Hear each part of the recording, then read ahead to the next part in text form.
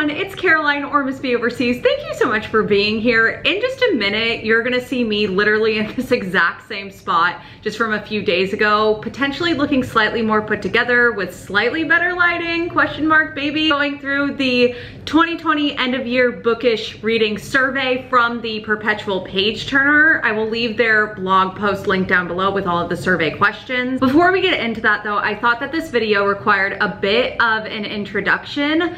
I have a deep dark secret. And that is probably a little bit dramatic, but that deep dark secret is this Booktube channel. The reason that that relates to this video is because originally I had friends on Instagram who challenged me to do this bookish end of year reading survey. So I originally recorded it and uploaded it to Instagram as IGTVs, which my Instagram is linked down below. You are welcome to go watch the uncut versions there. Originally I was just planning on filming this survey, uploading it to YouTube and just telling my friends, hey, I've been doing this Booktube channel thing, you should go check it out. But honestly, I've been having just a really good time kind of figuring out this channel, navigating it on my own, getting more comfortable on camera, getting more comfortable editing, and just really figuring out the direction that I want this channel to go. And I kind of want that time to myself for at least a little while longer. So I say all of this to let you know that if there are parts in this video that seem a little bit choppy, it's because I had to cut some things out because I was talking directly to people on Instagram that just it wouldn't relate to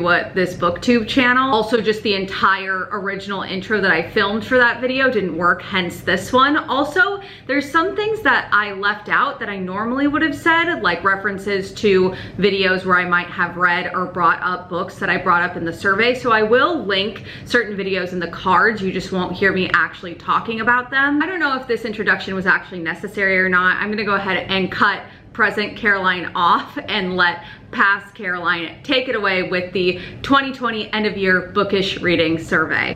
Okay. Hi. So it's just a series of prompts that I'm going to answer about my bookish reading life in 2020, what I read, how I felt about what I read. The survey starts out with just some 2020 reading stats.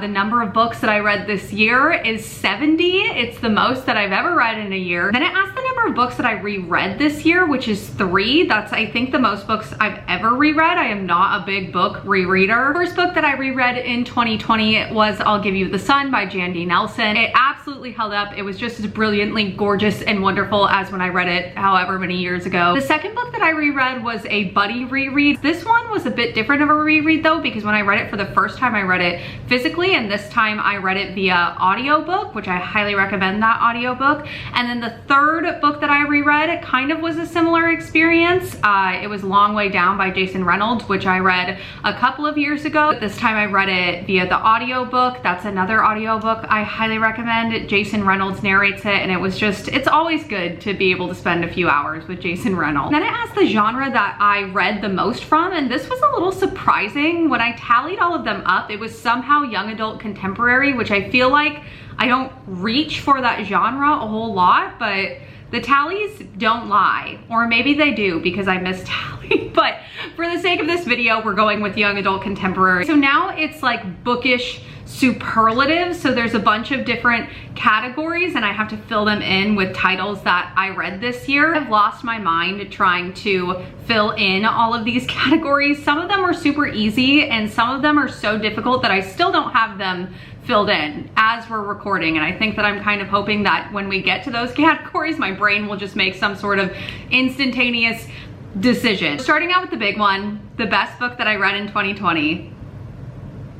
No one is shocked, no one is surprised. People are probably annoyed. It's Beartown by Frederick Backman. Hands down, easiest decision. It has to be Beartown. I cannot anticipate the day where I do not think about or talk about this book in some capacity. For me, it was perfect. Every single part of it. The characters, the plot, the pacing, the writing. Yes, on the surface, it's this book about a junior league hockey team, but ultimately it's just the deepest dive character study about small town, the characters in that small town and the decisions they make and how those decisions affect one another. Gonna come up later in this survey. And if you don't want to hear about it, you may as well just stop watching this video right now. The next category is a book that I was excited about and thought I was going to love, but didn't. And this kind of pains pains me to say because I love and respect this author so much, but it's The Kingdom of Back by Marie Lu. This was my most anticipated 2020 release, and everything about it fell so flat for me. I was excited for the Portal fantasy, the Mozart sister backstory retelling, and I just couldn't ever find myself getting lost in this like I thought I was going to. Next category is most surprising in a good or a bad way book that I read. I'm already cheating. What else is new? And I'm not going to use a singular book or even like group of books. It's more just like a category of books that I discovered I really like reading. And that is short story collections and anthologies. I think that they're a great way to expose yourself to diverse authors or authors that you wouldn't have otherwise read. This category is a book that I push the most people to read, and I was going to put one of those Instagram box poll things up, and one, I forgot because I'm disorganized, and two, I don't even really need it because the answer is Beartown. It's Beartown. And I have proof for this answer because I don't even have my physical copy. I don't think that I have had my physical copy on me for more than a week since I finished reading it. Because I love reading and storytelling so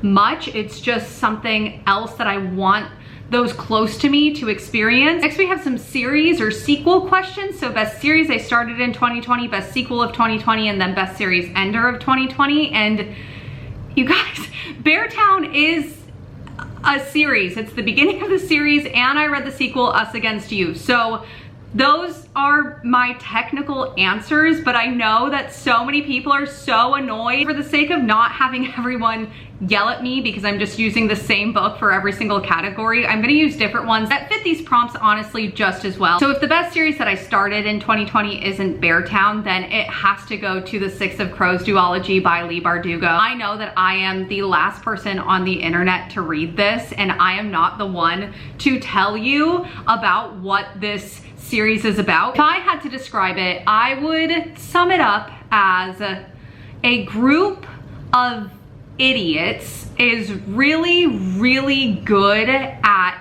niche, complex things like committing grand larceny, but is really, really terrible at simple things like effectively communicating their feelings towards one another. For best sequel, I'm gonna go ahead and go with Nixia Unleashed by Scott Rankton. I don't know why I put off this sequel for so long, but within the first page of reading Nixia Unleashed, I was reminded why I loved the first one, Nixia, so much. Scott Rankton's writing is so intense. This is another one that features this group of characters that is just so desperate to prove how much they love one another that they make the dumbest decisions, and I love every single second of it. And for best series ender that I read in 2020, I'm gonna go with Monsters of Men by Patrick Ness, which is the third and final installment in his Chaos Walking trilogy. This one was actually my least favorite of the three, but upon completing it, I knew that the Chaos Walking trilogy is my favorite trilogy of all time. As far as YA, like dystopian science fiction goes, this series is just so unique and brutal, and Todd and Viola, I care about them so deeply still, even though the series is over. This is my favorite new author that I discovered in 2020, and this without a doubt is Akwaeke Emezi. I read both of their books this year, Freshwater, which is their debut, and then The Death of Vivek Oji, which is one of my favorite books of the year. Both contain writing that is so brilliant, but so separate and different from one another. That's why I had to go with them as my favorite author, because they wrote two things that I read this year that I loved so much, but for completely different reasons. This is the best book from a genre I don't typically read or was outside of my comfort zone, and this one was so easy to answer because adult historical fiction, usually I would say get it as far away from me as possible, but with this one, this is one of my favorite books of the year, The Night Watchman by Louise Erdrich. Again, we have more mind-bending writing. The plot is just so complex, but it has so many things that just really worked for me. There's this girl who is trying to solve her sister's disappearance. There are two like Mormon missionaries. There's a high school wrestling coach that does not know what he's doing with his life. And even though this is set in history, there's still really timely and important concepts like the American government robbing indigenous people of their land. Next is the most action-packed, thrilling, or unputdownable book of the year. I read this book in like 2 sittings, which is kind of saying a lot because I'm a slow reader and this book is not small. It Came from the Sky by Chelsea Sidoti. I'm not saying that it's the perfect book. There were definitely some things that I didn't love that happened in here, but as far as engagement goes, this was so engaging. Kind of in the similar vein as the Illuminate files. There's chat logs, there's interviews, there's like flyers and maps and things like that. Okay, next up we have a book that I read in 2020 that I would be most likely to reread next year. For this, I have to go The Death of Vivek Oji. I had this physical copy pre-ordered, but because of quarantine and COVID and things like that, my copy getting to me was delayed, but I was so desperate to read it, so I got the audiobook, which I still highly recommend, and I loved it so much, but it's just a story that I loved so desperately and is, again, so complex and intricate that I do want to reread it again physically. We are losing our lighting, fam. Okay, next is favorite cover of a book that I read in 2020. This was hands down the easiest answer that I came up with. It's You Must Not Miss by Katrina Leno. This is a god tier cover. Now that I've read it, I really do think that this cover does an excellent job at displaying the bizarrity that is this book, but also displaying the main character, Magpie.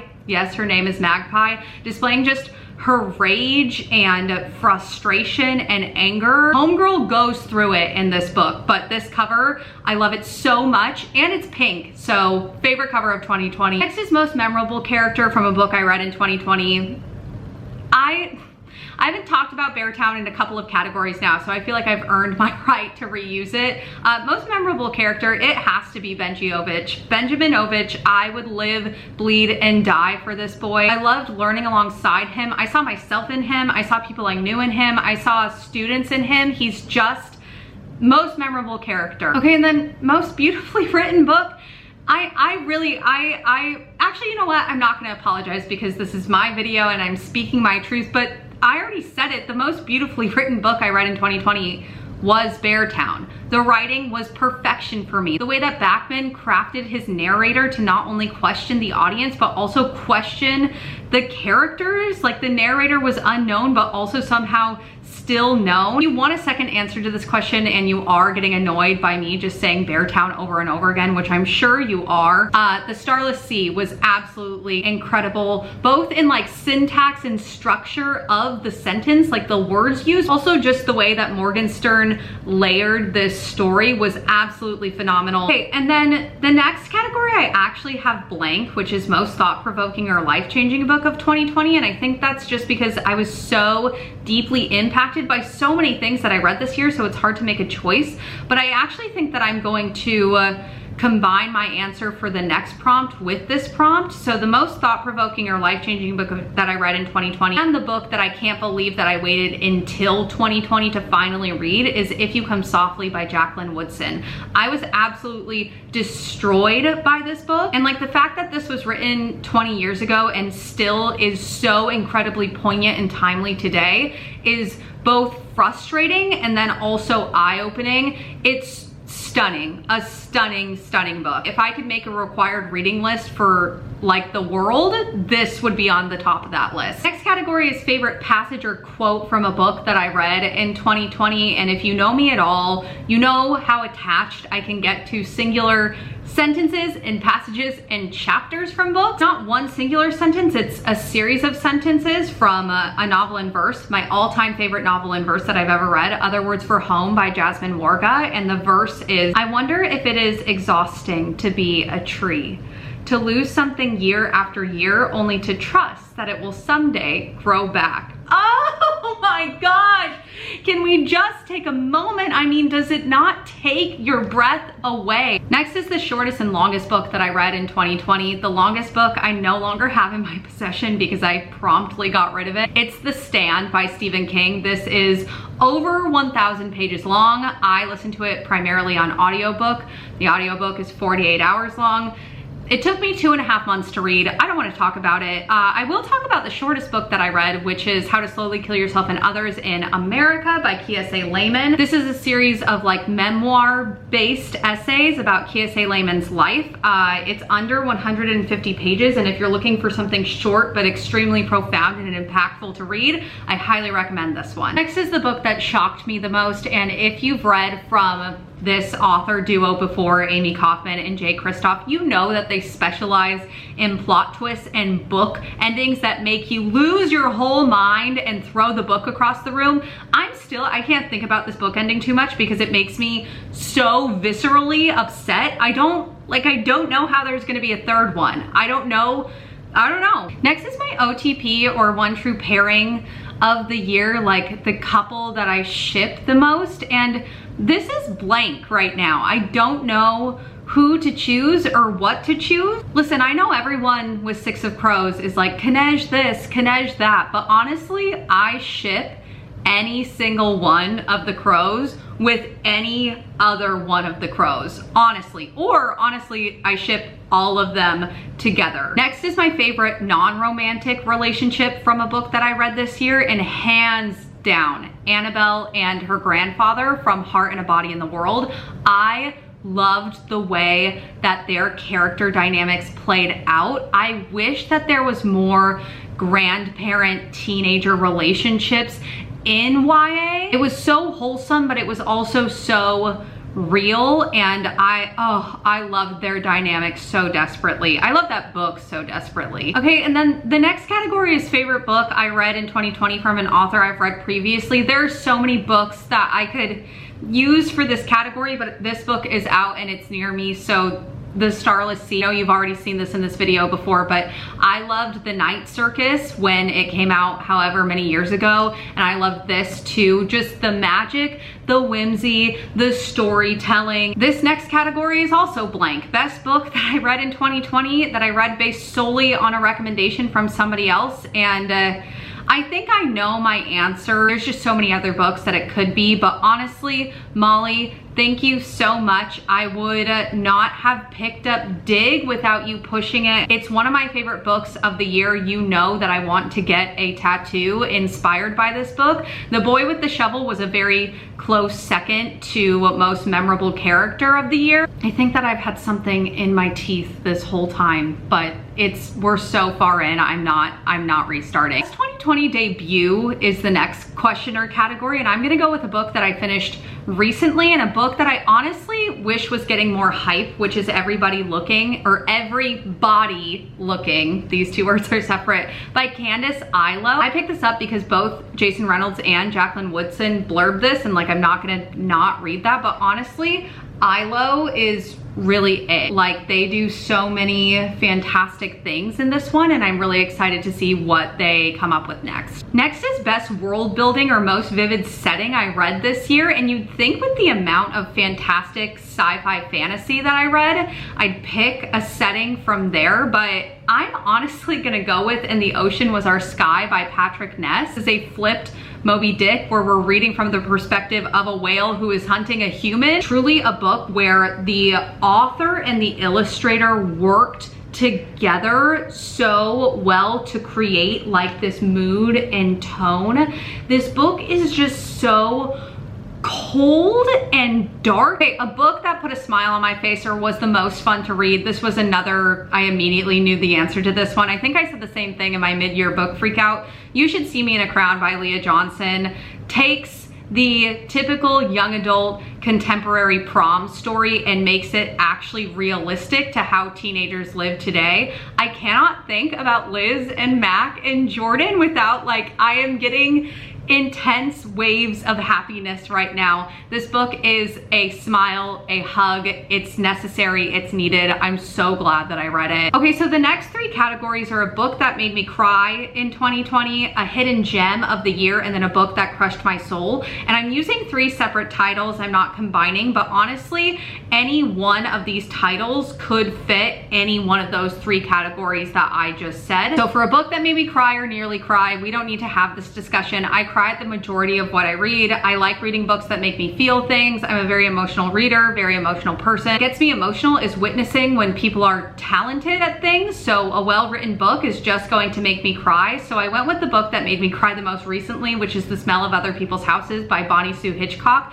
This again is also a hidden gem and a book that crushed my soul. The way that Hitchcock interwove these 4 teenagers' lives was just perfection. Next is the hidden gem of the year, and I'm using this title for this category in particular because I haven't heard anyone talk about this book, myself included, but it's Other Words for Smoke by Sarah Maria Griffin. I was so pleasantly surprised by this book. It is witchy, it's moody, it's atmospheric. There is this house that is like alive where the hallways change, and there's this demon Owl King living in the wall. This is one that I definitely just forgot to hype. It also made me cry, also crushed my soul. Okay, and then for the book that crushed my soul, this is gonna seem maybe a little bit stupid because it's a book about like a group of teenagers and aliens, but When the Sky Fell on Splendor really did things to me, like super did things to me. And just what the characters learn about themselves and one another throughout this book absolutely was soul crushing. Again, this book is also a hidden gem because I don't think a lot of people read it, and then it's also a book that made me cry. And then for most unique book that I read in 2020, I'm gonna go with The Seep by Channa Porter. And what I really appreciated about this book in particular is that a lot of times I get kind of turned off when people say, oh, this book is so weird, because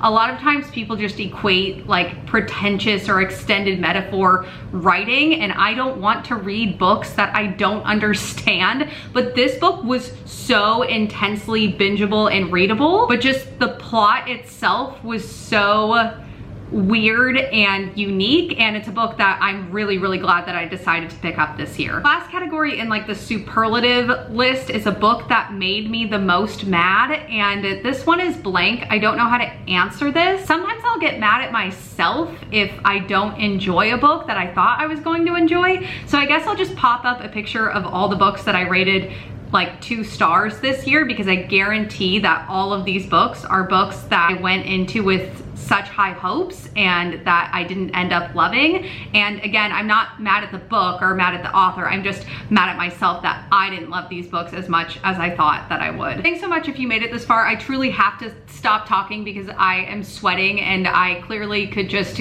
ramble on and on about the stuff that I read. So Happy New Year's. Love you all. Goodbye.